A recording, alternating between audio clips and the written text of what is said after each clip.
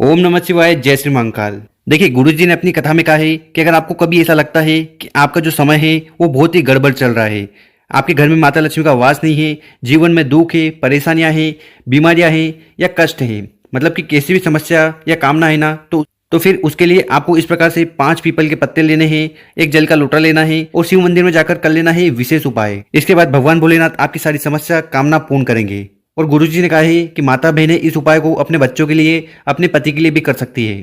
तो गुरुजी की कथा को सुनकर ही उपाय बहुत अच्छे से समझाएंगे। उसके पहले इस वीडियो को लाइक कर दें और चैनल पर नए हों तो सब्सक्राइब जरूर करिएगा।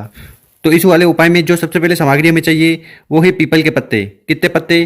तो आपको गिनकर 5 पत्ते लेने हैं और जो पीपल के पत्ते लो वो कहीं से खंडित नहीं होने चाहिए, ठीक है। इसके बाद जो अगली सामग्री है वो है काली तिल, ठीक। तो काली तिल कितनी लेनी है? तो 1 चुटकी काली तिल आपको ले लेनी है। इसके बाद जो अगली सामग्री है वो है हल्दी।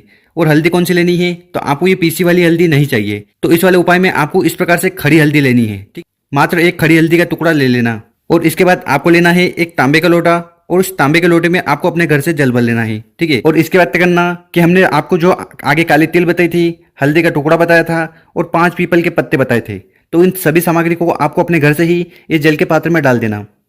और पीपल के पत्ते डालने के बाद वो कुछ इस प्रकार से दिखेंगे। फिर इस जल के लोटे को लेकर आपको पहुंच जाना है शिव मंदिर, ठीक है। कब जाना है? देखिए, गुरुजी ने वैसा कुछ बोला नहीं है।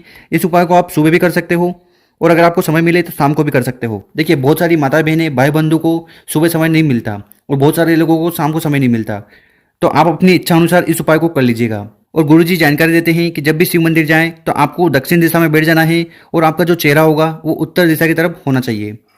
और उसके बाद क्या करना कि आपके पास जो जल का लोटा है जिसमें आपने हल्दी, काले तिल और 5 पीपल के पत्ते डाले थे, तो उस जल के लोटे को उठाना है और उठाकर उसको आपको शिवलिंग के ऊपर समर्पित कर देना है ओम नमः शिवाय या श्री शिवाय नमस्तुभ्यम का स्मरण करते हुए। तो इस प्रकार से आपको ये जल को समर्पित कर देना है और इस जल के लोटे में जो भी सामग्री आपने डाली है उनको बाहर निकालकर आपको शिवलिंग के ऊपर समर्पित कर देना। इतना उपाय कर लिया, उसके बाद आपको शिवलिंग के पास बैठ जाना है। अपना नाम और गोत्र का स्मरण करते हुए कम से कम आपको 11 बार, 21 बार, 51 बार या 108 बार ओम नमः शिवाय या श्री शिवाय नमस्तुभ्यम का स्मरण करना है और भगवान भोलेनाथ से कामना करना है। अगर आपका समय गड़बड़ चल रहा है, मतलब कि आपके जीवन में कुछ भी अच्छा नहीं हो रहा है, आप जिस भी कार्य करने के लिए जाते हैं उसमें कुछ ना कुछ समस्या, कुछ ना कुछ अड़चन आई जाती है, साथ ही साथ आपकी कोई विशेष कामना है वो पूर्ण नहीं हो रही है। अब वो कामना धन को लेकर हो सकती है, व्यापार को लेकर हो सकती है, बच्चों की पढ़ाई को लेकर हो सकती है, या आपके घर में संपदा बढ़ नहीं रही है, माता लक्ष्मी से जुड़ी समस्या आ रही है, या अगर आपके घर में बीमारी भी है ना, तो उसके लिए भी आपको कामना कर लेना है। तो गुरुजी ने कहा है कि आपके जीवन में जैसी भी कामना हो या समस्या हो उसके लिए आपको ये विशेषकर उपाय जरूर कर लेना है। तो बस इस तरह से आपको कामना कर लेना है। और उसके बाद आपको क्या करना है, तो आपने 5 पीपल के पत्ते शिवलिंग के ऊपर समर्पित किए थे, ठीक है। उन 5 पत्ते को उठा लेना है और उठाने के बाद उनका सिंचन करना है। सिंचन का मतलब क्या हुआ कि उन गीले पत्ते का जो भी जल है उसको आपको अपने ऊपर छिड़क लेना है, ठीक है। तो बस इतना सा उपाय करना है।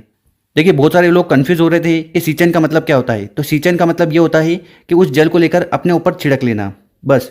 अब ये वाला जो उपाय है ये माता बहनें अपने बच्चों के लिए भी कर सकती है। अगर आपका बच्चा उपाय नहीं कर सकता तो आप ये उपाय कर लीजिएगा और आखिरी में ये जो सिंचन वाला प्रोसेस है ये जल उनके ऊपर छिड़क दीजिएगा। तो इससे क्या होगा कि इससे आपके बच्चों का व्यवहार बदलेगा, पढ़ाई में मन लगेगा और जो उनकी गलत संगत है वो भी खत्म होगी। तो विशेष उपाय है, विशेष तरीके से आपको कर लेना है। अगर आपको वीडियो अच्छी लगी हो तो कम से कम 3 लोगों के साथ शेयर करें ताकि उनकी मदद हो पाए, उनके जीवन में जो समस्या चल रही है, कामना है, वो पूर्ण हो जाए।